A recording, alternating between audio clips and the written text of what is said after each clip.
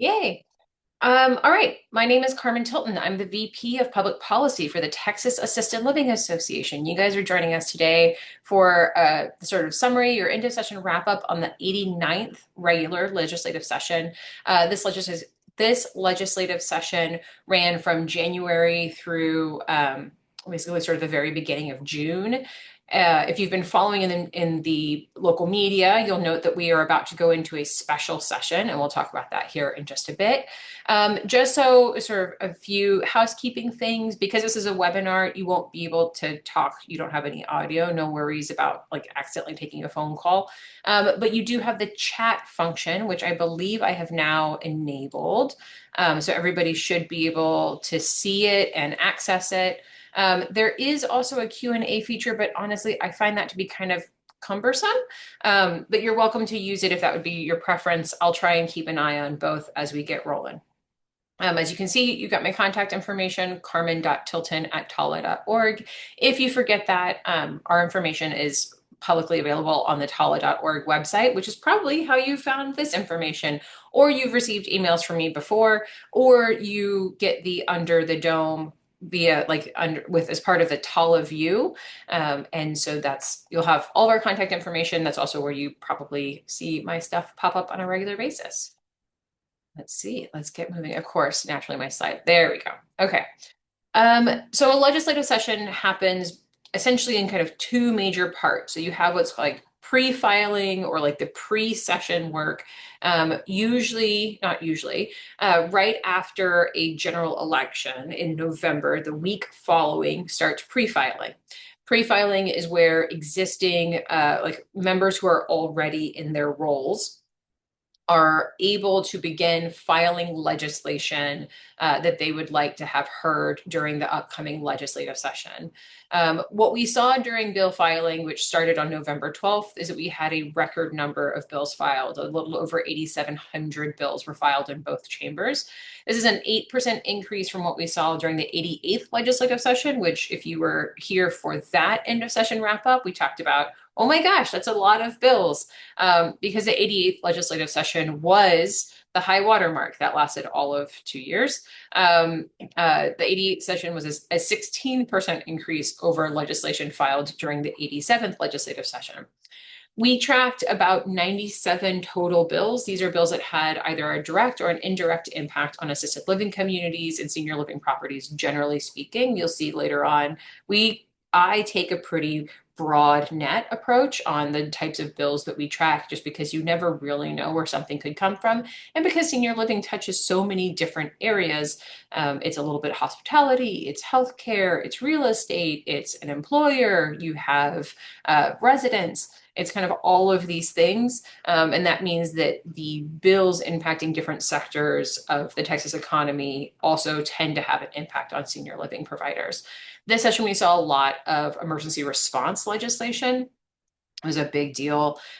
We saw priority power restoration. We saw new regulatory bills. And then we had some standbys that we usually see, right? So things to raise the minimum, the minimum wage, that came up a couple of times. We always have some paid sick leave stuff that comes up, that sort of thing. When all was sort of said and done, about 1,100, almost 1,200 bills ended up being sent to the governor's office for his review. The governor has the power to sign a bill, and when he signs a bill, it becomes effective according to its terms. The governor can allow it to sit on his desk for, it's 20 days. The governor can allow it to sit on his desk for 20 days, and at the end of the 20-day period, the bill becomes law according to its terms, or the governor can veto legislation. The number of bills that made it to the governor's desk was a decrease from the last legislative session. So we had more bills filed, but fewer bills sent to the governor's office. And the bills that made it to the governor's desk were huge. We had some really, really big pieces of legislation this year. And if you've been covering or following some of Texas's political media, you've seen a lot of stuff about school vouchers or education savings accounts. There's been a lot of conversation around THC and medical marijuana and TCUP, which is a Texas Compassionate Use Program. At the end of session, There was a bill related to judicial pay that threatened to throw us into a special session. We had a handful of bills related to food labeling. We had a brand new Doge committee. In addition, we had a new Speaker of the House. Every time you have a speaker, sort of a changeover in leadership position, you expect to see a reduction in legislation that comes from that chamber. That's definitely what we saw this session.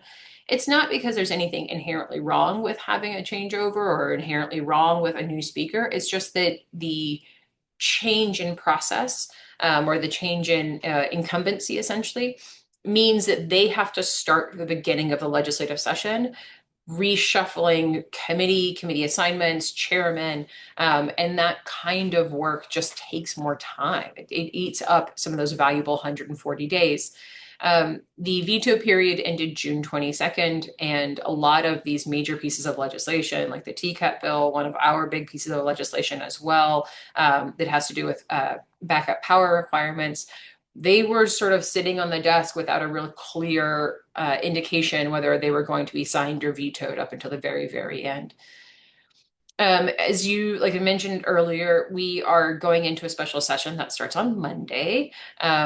The at the time that the session was ending, when the governor vetoed the bills related or vetoed the bill related to regulation and restrictions on hemp products and consumable hemp products, we all figured we were going back into a special session on THC related stuff.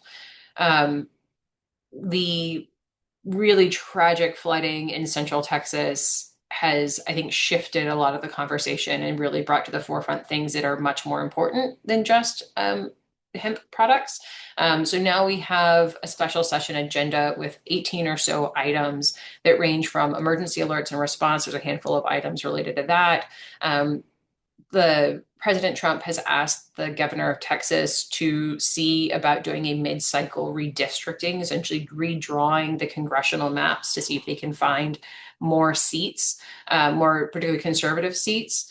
And then, of course, we do still have THC. There are a handful of other items, bills that were vetoed because there was some sort of clerical error or minor issue with the legislation, which essentially the governor in his veto proclamation said it's a good idea, but it's poorly done, and we want you to go back and do this again.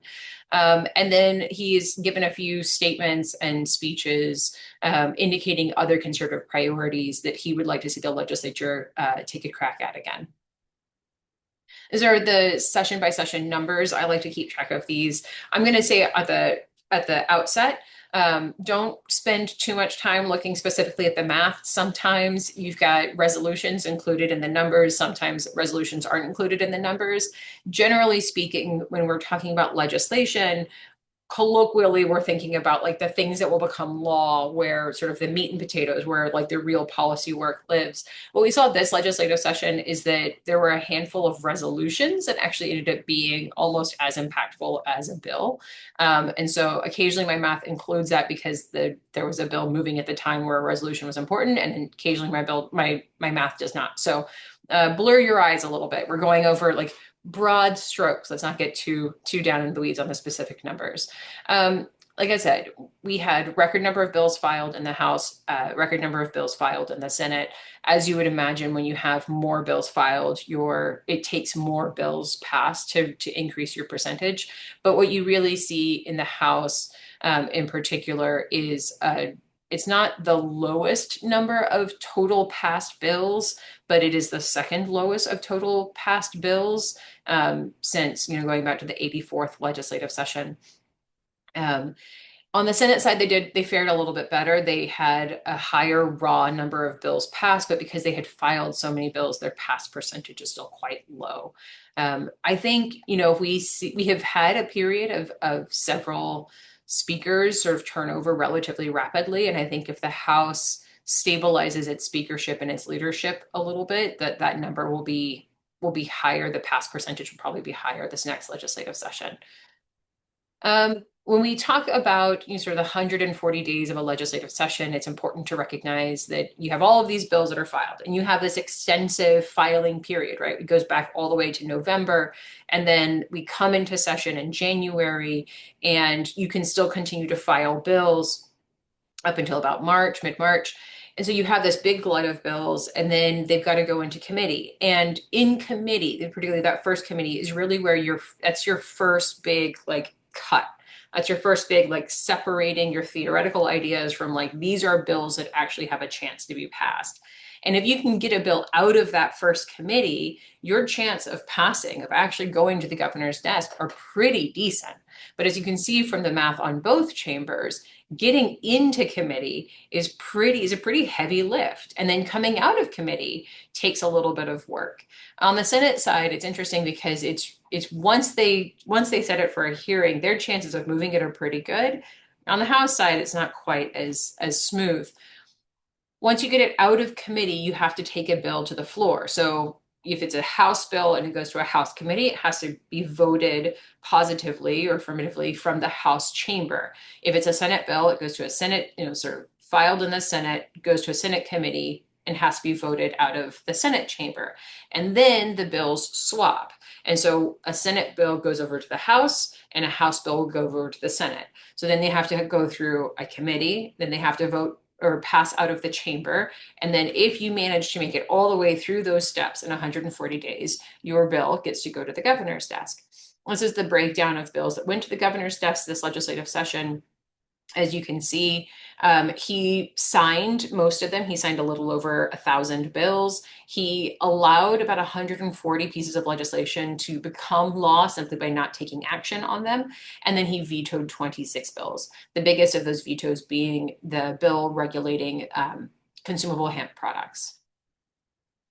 Because of the structure of a legislative session and because getting into that first committee is so critically important, TALA does its advocacy day at the Texas Capitol usually pretty early in a legislative session. So this year it was February 25th.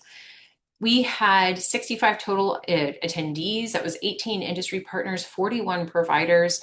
We broke everybody up into 12 groups. They had a total of 58 meetings. At the end of the day, I looked down at my watch. So again, it's a squishy number, but it felt accurate. We'd walked 6 miles and about 30 flights of stairs. I will also take a minute. We always have industry partners who are incredible supporters of the Texas Assisted Living Association, Allen Flores Consulting, August, Engagement Through Education, Reveal Soul, RN Delegation Academy, and VersaCore this year were our primary sponsors. And they're always such fabulous, fabulous industry partners. And we're always incredibly grateful of their support, allowing us to do the things that are so impactful. Because of these meetings, because we were able to engage at the Texas Capitol and have as many meetings as we did with as many key stakeholders as we did, we were able to have a much larger role in policy making this legislative session than if it had just been me and me alone. 58 meetings is a lot of meetings for little old me to take all on my own. As I mentioned, we had a record number of bills, legislation this session session covered a ton of topics. Every session tends to have some sort of focus. This session had several. And I put this up here not to say that TALA took a position on all of these ideas. We really didn't. These were ideas that we tracked. Some of these ideas we really liked. Some of these ideas we weren't so crazy about. Some of them we were just sort of neutral on.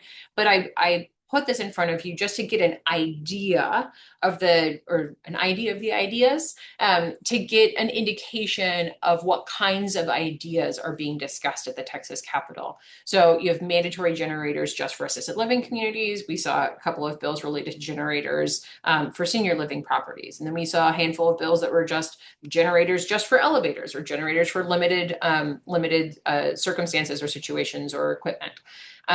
We have seen, this is a refile, it has to do with infection prevention and control committees, that includes like mandatory experts and policies that are made public is kind of a big, big bill. We have seen requirements for Alzheimer's certified units if you're going to serve a resident who has Alzheimer's or dementia, staffing ratios, quarantine preferences. So we had a few things that were kind of still kind of lingering COVID response bills. We had some voting bills come up this legislative session, both bills to make it easier for seniors to request a mail-in ballot, as well as legislation which would have required communities to coordinate with the Health and Human Services Commission and the resident's family if a mail-in ballot had been requested on behalf of a resident living in a senior living community. Um, Again, there's a task force on housing needs. Like I said earlier, minimum wage always comes up, paid sick leave always comes up. We had more landlord bills than I usually see, so bills impacting landlords. One was like an expanded duties of a landlord during emergency events, which would have had that had an explicit cause of action listed in it.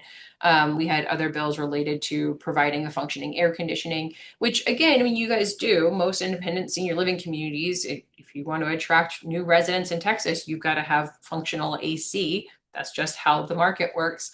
Um, a lot of ideas, particularly when they are first filed, and this is why we try not to put too much stock in the bill as it is initially filed.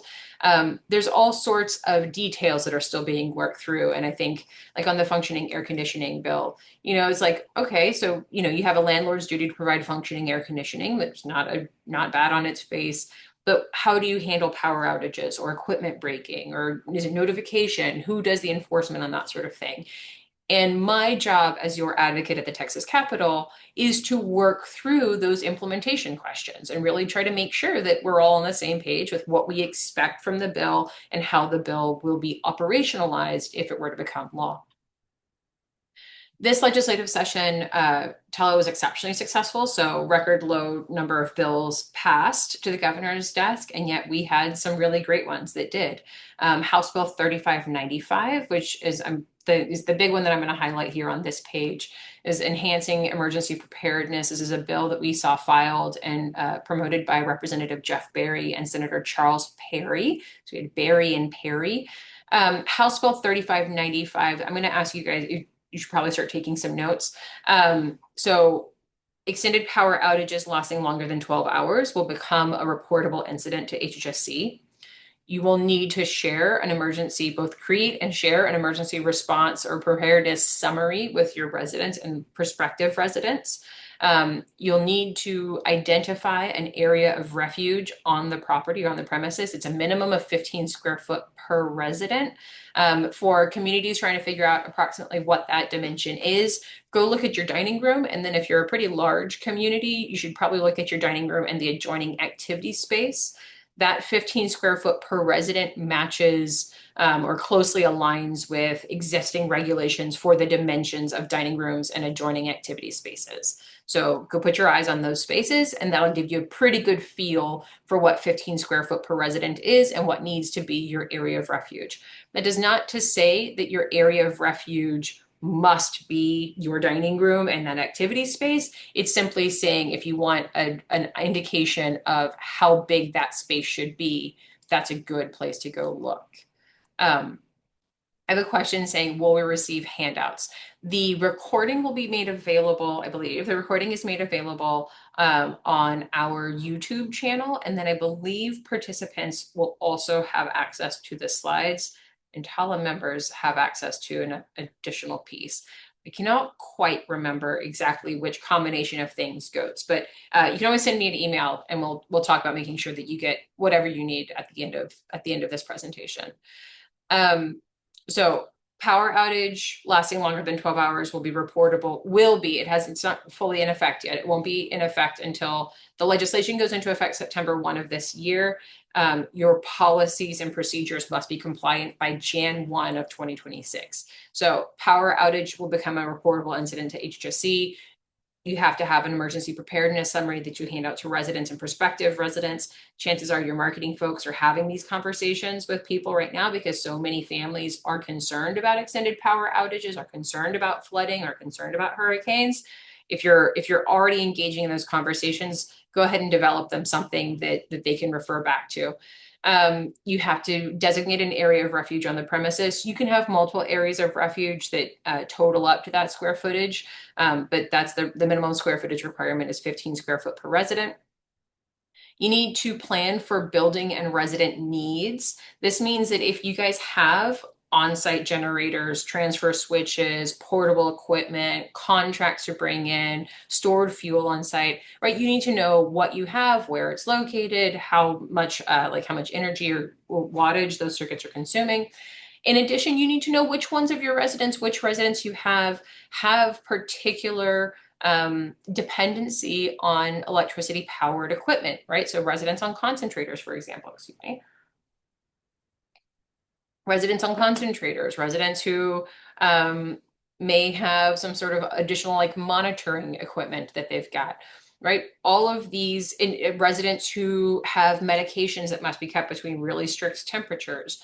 You need to know if there is a power outage, which residents will be particularly impacted, and you need to plan and anticipate those needs and have that ready to go in your emergency response plan.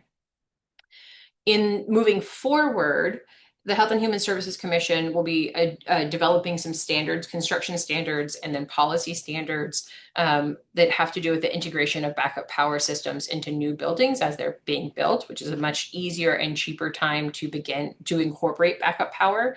And then there's a small provision in House Bill 3595, which essentially says that this language will preempt conflicting local ordinances or mandates. The idea is that you guys are state licensed, state regulated healthcare facilities. The state is establishing a framework of what backup power preparedness looks like. And if you're going to have local ordinances or local mandates or locally developed rules and regulations, they need to fit within that existing framework. They can add more clarification. They can require you to post a sign that says where your area of refuge is. They can say they're going to come by and they'll inspect your generator equipment or they'll inspect your fuel tank.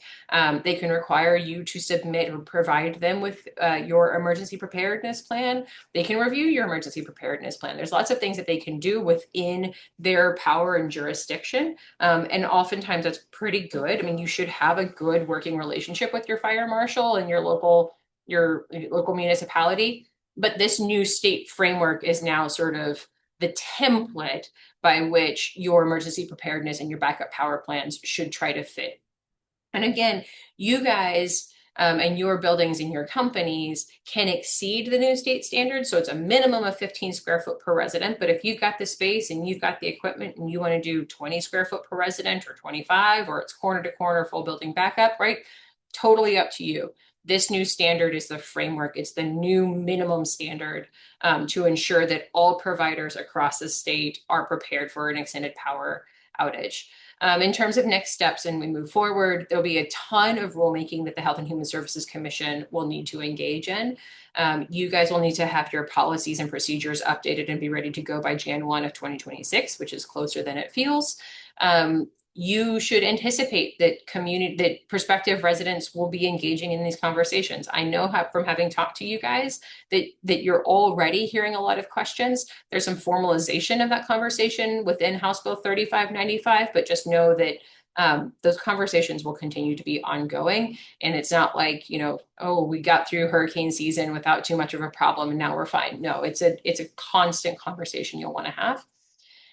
There is some potential financial support via the Texas Energy Fund and the Texas Backup Power Package Program, TBPPP.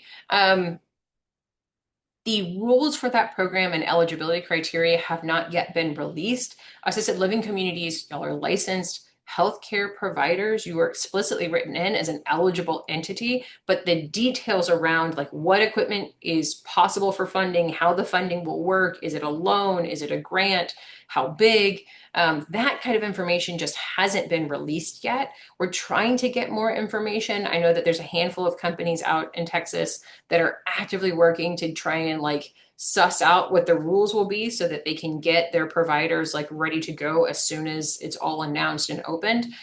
We just aren't there yet. We just really aren't.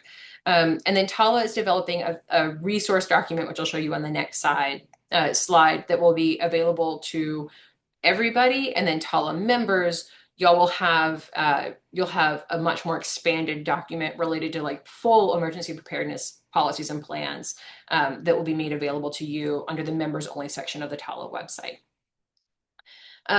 Other slightly smaller bills, there was a bill, Senate Bill 2269 by Senator Charles Perry and Representative Christian Manuel that essentially requires the Health and Human Services Commission to stick to decisions made by IMPRO. So if you've ever had a survey that felt really unfair and then you had an informal dispute resolution hearing or an IDR hearing, you may be familiar with IMPRO and with the sort of full process. We were noticing not so much in assisted living, much more so in for nursing facilities, that occasionally IMPRO would issue a decision that was favorable to the provider, and then the state agency was simply declining to follow that decision, which really brought into question, well, what was the whole purpose of going into an IDR if the state was just going to override any decision that they didn't agree with? This bill now says, hey, agency, if you go to IMPRO and everybody lays out their cases and their arguments and IMPRO sides with the provider, you need to try and follow that decision. A bill that was a TALA initiative that didn't end up passing is this architectural review and partial life safety code survey. The challenges here were just there are some logistics. You're going to not be surprised. TULIP is a challenging system to work with. And the limitations of that system added some complicating elements. I think we'll be able to get there through some regulatory projects that the Health and Human Services Commission has going on right now. So I think we can move some other pieces around without the bill in place to make the architectural review process just a little bit friendlier and a little bit easier to request and receive. And we're going to try and see if we can get some sort of flexibility around the life safety code survey as well. Let's see. As I was saying, we're working on this sort of what I'm calling a TALA tool, or it's a regulatory explainer. If you have been if you are a TALA member and you have been under the members only section of the website, you probably have seen, we did one for staff training requirements because staff training requirements are kind of spread out in multiple places over our regulatory chapter. And so it's a little bit confusing. We also did one on lift assists. So we're doing one on House Bill 3595 and anticipating the changes for that bill and how to address it moving forward, how to how to update your policies and procedures to align with what we think will be the interpretation of 3595. Because of the timing of this bill, because of how fast, you guys have to have your policies and procedures in place by Jan 1, 2026, but HHSC rulemaking tends to take much longer than that. You guys will be required to follow the statute even if the agency hasn't developed the regulation, which I realize is a little bit tricky. So we're trying to come out with a resource immediately and quickly so that you can begin following the statute even as HHSC is fine-tuning the regulatory piece, if that makes sense. So like I said, everybody will have access to the regulatory explainer for House Bill 3595. It breaks down specific requirements. And then TALA members will have access to a much broader explainer related to emergency preparedness, because I get tons and tons of questions about that all the time. I saw a question pop in. I just want to make sure that I address it. Oh, no, it's got it. Okay. Other priority issues that we saw this legislative session. So there was a priority power restoration bill by Representative Lacey Hall and Senator Charles Shortner, which passed with flying colors. We were thrilled to see it. It's House Bill 1584. This was an item that we had raised with Representative Lacey Hall right after Hurricane Beryl. It was one of the challenges that some of our members had described when they lost power and they were really struggling to get good information from Centerpoint in particular. The idea is that your electrical utility or your transmission and distribution utility, or a TDU, needs to maintain a list of all of their priority restoration customers. And you guys need to have some sort of easy ability to put in your information or verify that they have you listed. In addition, the utility provider should be sharing that list with TDIM. One of the challenges that came up during Beryl was that lots of different agencies and entities had jurisdiction, but they weren't actually talking to each other really well. And so that put you guys as impacted consumers kind of in the middle, responding to HGC, responding to your utility company, responding to TDM, responding to your long-term care ombudsman, and of course, actually responding to your residents and their families. And so we're trying to find ways to streamline some of that communications pieces so that you're not having to answer the same questions over and over and over again. Assisted living communities will still need to register with their transmission and distribution utility companies, but that process should become easier and clearer. The Public Utility Commission, which oversees most of our TDUs, will have to engage in some rulemaking. The law goes into effect on September 1.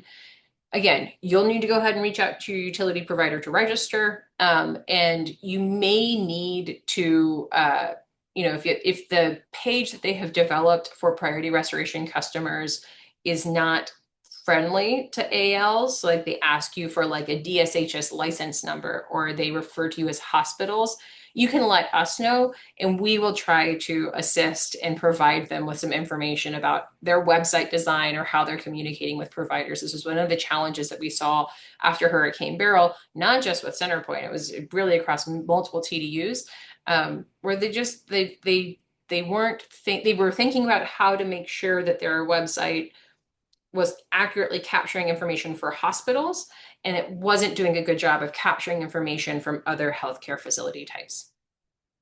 One of the bills I'm really excited about this session that passed was Senate Bill 5 by Senator Joan Huffman and Representative Tom Craddock, which establishes this giant dementia research program. It's a $3 billion fund if it's passed, if the constitutional provision is passed. That will go to support research into the causes of and treatments for dementia. Again, this is a really ambitious project. We'll see what ultimately happens. It's going to take some time to get rolling, but it's really encouraging. I'm excited to see Texas start to take the lead on this kind of thing, particularly as we know, that the number of seniors in Texas is increasing.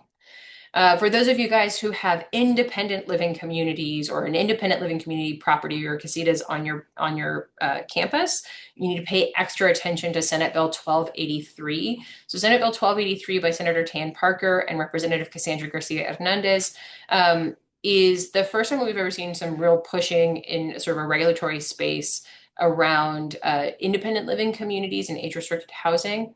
This is a result of the sort of horrific serial killer out of the North Texas area. This is sort of, I think it's the third session we've worked on legislation trying to get something that is doable, implementable, but that actually has meaningful safety and guardrails and good communication for residents. So again, here's your homework. Every IL with at least 20 units needs to develop a communications policy so that you can inform residents of known criminal activity on the property which poses a risk to other residents. So what does this mean, right? So if you have a situation where you have a domestic dispute between the two tenants in apartment 4B, it is unlikely to spill over to pose a risk to other residents in your building. But if you have a series of car break-ins or vehicular break-ins, or if there's a breaking and entering on a person's apartment, that criminal activity, once you're aware of it, needs to be disclosed, or at least some of the broad elements need to be disclosed to the other residents. They need to know that they should be on heightened alert that there have been these targeted activities. In addition, IL communities need to conduct background checks on all of their employees. So you can't, you can't really realistically, you can't background check every single person who comes on your property. But when you employ somebody, you need to do a name-based background check on them. You need to verify that that person is relatively safe to be on your property. So you background check your employees, and then you need to disclose to prospective tenant whether the independent living community requires its contractors to also have conducted background checks. So again, I mean, part of it is, if a resident is ordering an Uber to the building, or if a resident has pizza delivered, right? Like, you don't have any control over who that person is who shows up. what you can do, and part of the reason why this is such an important provision, is have a conversation with a prospective tenant and then with current tenants about general safety and awareness and sort of the limits of background checks, right? We background check our folks, but we can't control, every single contractor who may be on the property, right? You don't have a whole lot of say over what company sends out which person. Um, and then there is an explicit liability shield for providers that covers several sections of these. So you need to do your absolute best to stay in compliance and to follow these criteria. We think they're really reasonable, but you're not at a significant liability risk if you hired somebody and it took an extra 2 or 3 days to get that background check to come back, for example. The law takes effect September 1, 2025. And like I said, independent living communities with 20 units need to get into compliance ASAP. This smaller bill, House Bill 2358 by Representative Candy Noble and Senator Judith Zaffirini, again, super small, removes a little training barrier that had been a problem for the Health and Human Services Commission. It should hopefully speed up the time frame for getting actual full-time surveyors out into the field. And we think that's a good thing because we think more surveyors who are appropriately trained and on staff with HHSC will improve the surveys that you guys get. Other impactful legislation that will have a pretty significant impact to y'all's book of business is the Senate Bill 1383 by Senator Mays Middleton and Representative Ken King. It applies to all of senior living. So it's both assisted living communities as well as independent living communities. There's most of the bill is language for referral agencies and for referral companies with additional disclosures and information and consumer rights. But there are several provisions in there which will impact how you guys pay for referral agencies and the rates in which they're allowed to charge. So it will prompt a conversation with your referral agency companies about those contracts and about your financial arrangements with them, as well as when they attempt to collect referral fees and that sort of thing. One item that I do want to flag that's a little bit weird, but which we've actually seen come up before, is the bill prohibits the collection of multiple referral agency fees for a consumer who moves from one property of a senior living community to another property of the same company unless the consumer has re-engaged the referral agency. So for example, if you guys have independent living, like an independent living building or independent living casitas, and a consumer used a place for mom or used a referral agency to find that independent living property, and then as they age, they need more assistance. And so they move into an open apartment in the AL community. That referral agency can't just send you an unprompted invoice, right? They didn't make that referral to the assisted living community. That resident moved there because they saw that apartment on that same property. So that's sort of the idea there, is that, if a consumer, once they're aware of the property and aware of the business owner and chooses to try to stay with that property management company, if they don't re-engage a referral agency, the referral agency hasn't actually provided a service to invoice for. There's also a prohibition to referring communities for a prohibition on referring to communities that don't hold licenses, but that should hold a license based on either the number of residents served or the services offered. What does this mean? So we have seen and have heard from, smaller providers who said, hey, we have referral companies making referrals to group homes or boarding homes that are really like unlicensed assisted living communities. This bill prohibits that referral agency from making a referral to that unlicensed community. So they really shouldn't have been doing it in the first place, but now there's explicit language on the books. And then in addition, the Office of the Attorney General is now the enforcement agency related to consumer and provider complaints. So previously, we had more restrictions on how referral agencies could be paid, but we didn't have a really clear line for like who was the enforcer of that. Now, under this referral agency bill, it is clearly outlined as the Office of the Attorney General. Our sort of next steps on this, because this is such a big and impactful bill on most of y'all's book of business, We'll be meeting with the AG's office regarding data privacy, making sure that we're all on the same page on this new law, making sure that all of our providers understand exactly how to operationalize it. And then we suggest as well that both assisted living communities and independent living communities will probably need to review their contracts with referral companies to make sure that those referral companies are in compliance with the mandatory disclosures and with all of the other elements in the bill. You also, as part of all of this, need to review how you collect and how you use consumer data and the consent that you have around it. That ties back to a data privacy bill that passed in 2023, but that went into effect in 2024 relating to data privacy and consumer tracking.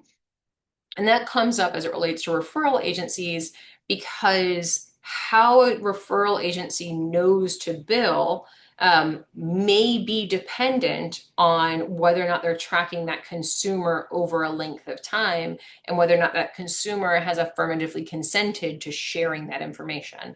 It's a little bit tricky. We will continue to develop some resources and we'll provide some additional guidance to you guys on that, but I just wanted to flag it that moving forward, communities really should be mindful of which information they're collecting from consumers and the consent around that data collection.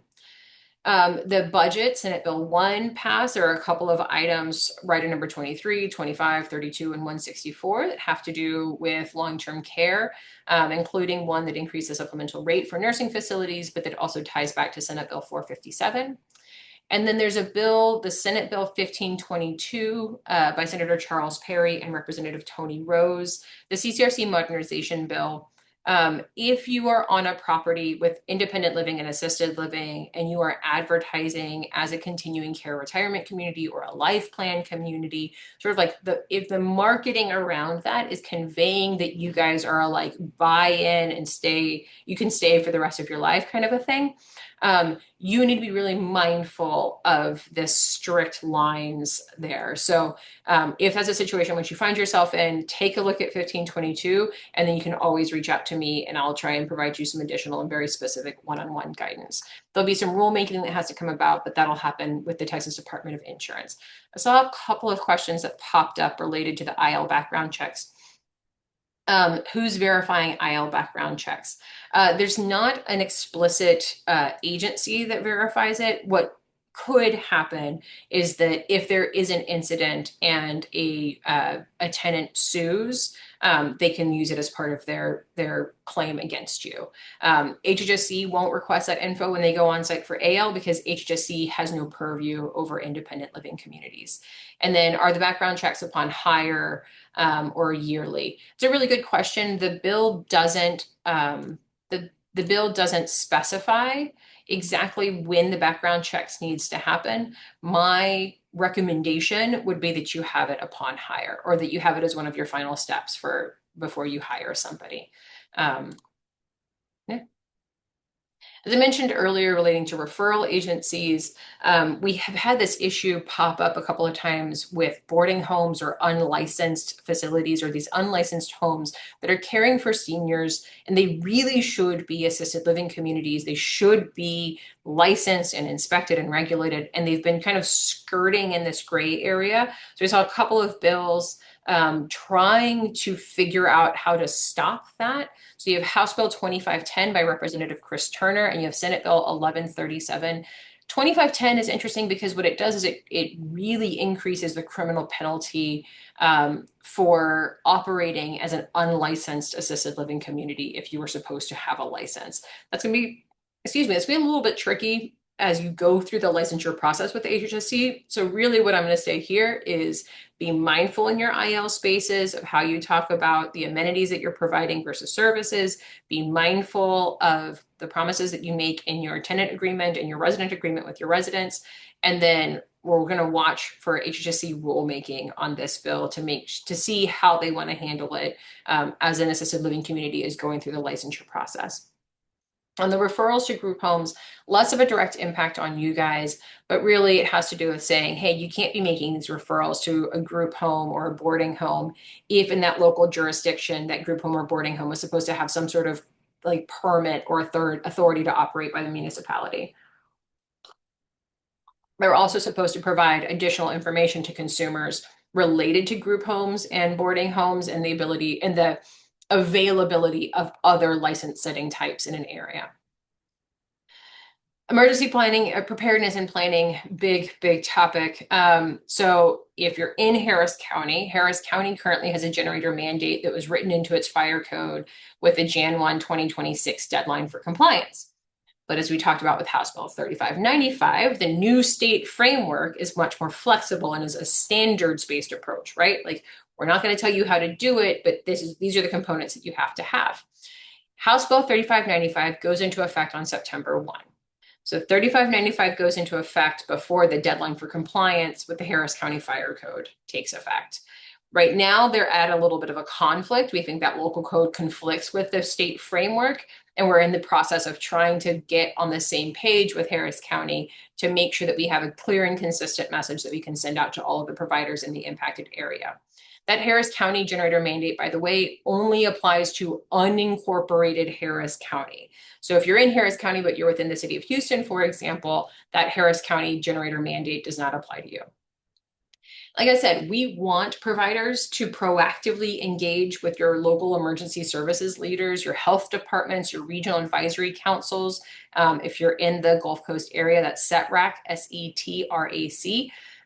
You need to know who these emergency preparedness and emergency response folks are.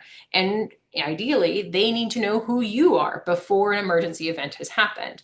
In addition, if there's an emergency or during an emergency, the Health and Human Services Commission will use Alert Media. Alert Media is a platform. And if you get a text that says, hey, you need to respond, guess what? You need to respond.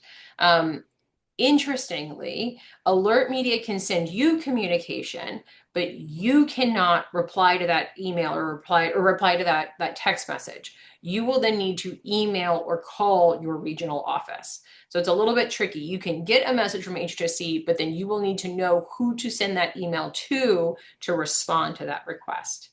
In addition, HHSC keeps a current running list of every licensed AL in Texas. It's a really informative list. It's got a ton of information. It's like the name of your ED and the management company and the phone number at the desk and all of that sort of thing.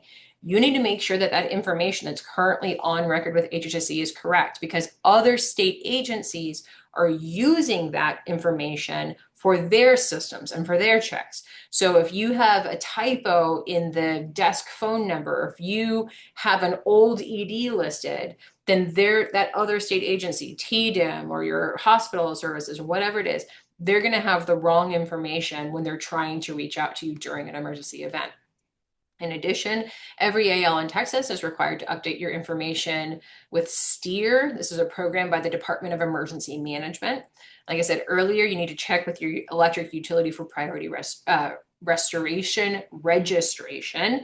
And we have this energy fund that may make backup power like a real financially feasible option for assisted living communities, but we're waiting to see what comes from that process. We are, because of the nature of hurricane season and the impact on the Gulf Coast, we are in the talks or planning to hold several emergency preparedness roundtables with providers and emergency services folks and representatives in that area, because we want to make sure that everybody understands everybody else's roles and that we aren't duplicating or we aren't having kind of a misunderstanding of who has what options available and services during an emergency event. The Health and Human Services Commission is in the middle of several major regulatory projects. So there's the rules reorganization. You'll have the governor also pushed for a regulation reduction or regulation removal project. And then, of course, we have all of these new bills which have passed that will require their own rules. It's rules. We have submitted quite a few comments to the Health and Human Services Commission on their big rules reorg. They literally just took the entire regulatory chapter for assisted living communities and they're piece by piece going through it. So we had a lot of feedback on that. that next round of proposals won't be out and available until later this year or even early next year. We think it's going to be late fall, by the way. And then in addition, all of the legislative initiatives we think will be rolled into the regulatory reduction project, but that'll be another big, big rule set. The important part for you guys is one, Tala's working on it. So if you've got big ideas or you want to talk about it, please reach out to me. But two, it means that we may see some pretty significant changes to our regulations in the next couple of years. So you'll want to stay engaged and stay sort of connected. Don't just throw away our emails, I guess is what I'm saying, because we're going to be sending out a ton of information and we want you guys to have all of the right information in the most timely manner possible. Like I said, data privacy is a really big deal. I'm not going to read this at you, but I just want to flag it. So communities, you got to develop some sort of data privacy policy. You've got to think about how you collect information, how you store information, your records retention, and all that sort of thing. You need to review your consent and permissions. Texas has an opt-in for data sharing as opposed to an opt-out of data sharing. What this means is that if you are gathering somebody's information, right, you have the information, who came on a tour of your property and how old the resident is or that sort of thing, you need to make sure that you get their permission, that person's permission to have and keep that information if you have and keep it. You also need a process for purging consumer data. So if I took a tour of a property a year ago and I'm like still receiving emails, I'm like, hey, I don't really want that information. I don't want to know about that property anymore. I'm sort of done with my search. I need to be able to tell you like, hey, get rid of my information in your system. And that request to purge data is supposed to be easy and relatively clear. I shouldn't have to go digging through your website to find a way to purge my data so that I'm not receiving unsolicited information anymore. There is a little bit of a weird situation which AL providers find themselves in, where data that is consumer data for somebody who is looking for a community becomes healthcare data when that resident becomes a resident. And when it is healthcare data and it's resident data, well, the Health and Human Services Commission has a records retention requirement. And you guys have to keep information, keep those records for 5 to 7 years. And so there's currently this mismatch of like, well, what happens if that resident's family says, hey, purge mom's information. I don't want you guys to keep that stored. And the state says, we require you to keep resident information for the next 5 years. And we don't really know because this is all sort of new and a little bit in flux. So we're currently trying to figure it out. We're asking the Health and Human Services Commission for some clarity here. And then in addition, TALA members, we're going to set up a discussion to review the new data privacy laws and develop a strategy for coming into compliance and avoiding risk related to the data privacy stuff. For non-TALA members, the Business and Commerce Code Chapter 541 and the Texas Data Privacy and Security Act is where you'll want to look at for some more information. Okay, that is the end of the majority of like the stuff I've got to say. I have one quick question. Let's see. As far as registering for utility companies, if we are already listed as a critical location, is that sufficient? The answer is yes. If you're already listed, it should be sufficient. However, some utility companies are asking for providers to like re-register or update their registration information on a regular basis. With STEER, for example, and TDIM, that is an annual registration requirement. So you register and then set a calendar invite because guess what? You got to do it again next year as well. So on the utility side, it's dependent on your utility. They'll have a different process. But for TDIM, the Department of Emergency Management, and STEER, that's an annual registration that you need to do. What's the TAC for records retention? Okay. Here's the deal. There's not one. You have to do it, and if you don't do it, it's a problem, but they don't tell you how long you have to do it for. Isn't that fun? During the rules reorg, they will be much more explicit for how long you have to hang on to records. But if you've had a surveyor in your building relatively recently and they're there on issues going back to 2021 or 2023, you will know the absolute pain point it is right now to not have resident records retained for a sufficiently long period of time. So Y'all are in a weird spot right now because the agency hasn't come out to tell you exactly how long you have to have your records, but they expect you to have records. And if you're shaking your head right now, believe me, I understand it, and I am working towards some sort of much clearer guidance on it. As I mentioned at the top, I send out a ton of information, not just to TALA members, but to anybody who's interested via the TALA View. I have an article under there called Under the Dome. This month's Under the Dome goes over the referral agency bill and has some really good information there. So please, please sign up for that if you are not already signed up for it. You've got a handy dandy QR code. I'm fond of this hashtag, the most informative monthly email in Texas assisted living. It may be a bit of a stretch, but I'll go with it. In addition, next month's TALAHour is navigating the evidence, plotting a course through MDRO research. Fun fact, I do not know what MDRO research is, so I will be logging on to learn a little something. But you, much like this webinar, you need to register in advance. So here you've got a QR code for doing that. And then as always, questions. You guys are welcome for the remainder of the 5 minutes. You're welcome to ask me any questions. Oh, good. I wrote this down. Okay. So materials, the specific presentation will be available under as a member benefit. So it'll be under the members only section of the TALA website. If you need to get access to the members only section of the TALA website, please, please, please email McCarley Strange at TALA.org. She can help you with your login and whatnot. And then in addition, a recording of the webinar will be made available on our YouTube channel, and anyone has access to that. So you'll have access to me, but if you want the actual slides, you'll need to be a TALA member. Will the Medicaid Star Plus rules for record detention be looked at as well? I have to imagine they will be, but just FYI, Medicaid and Star Plus, which, are sort of the same thing, have their own set of criteria that is not within 553 of the Texas Administrative Code.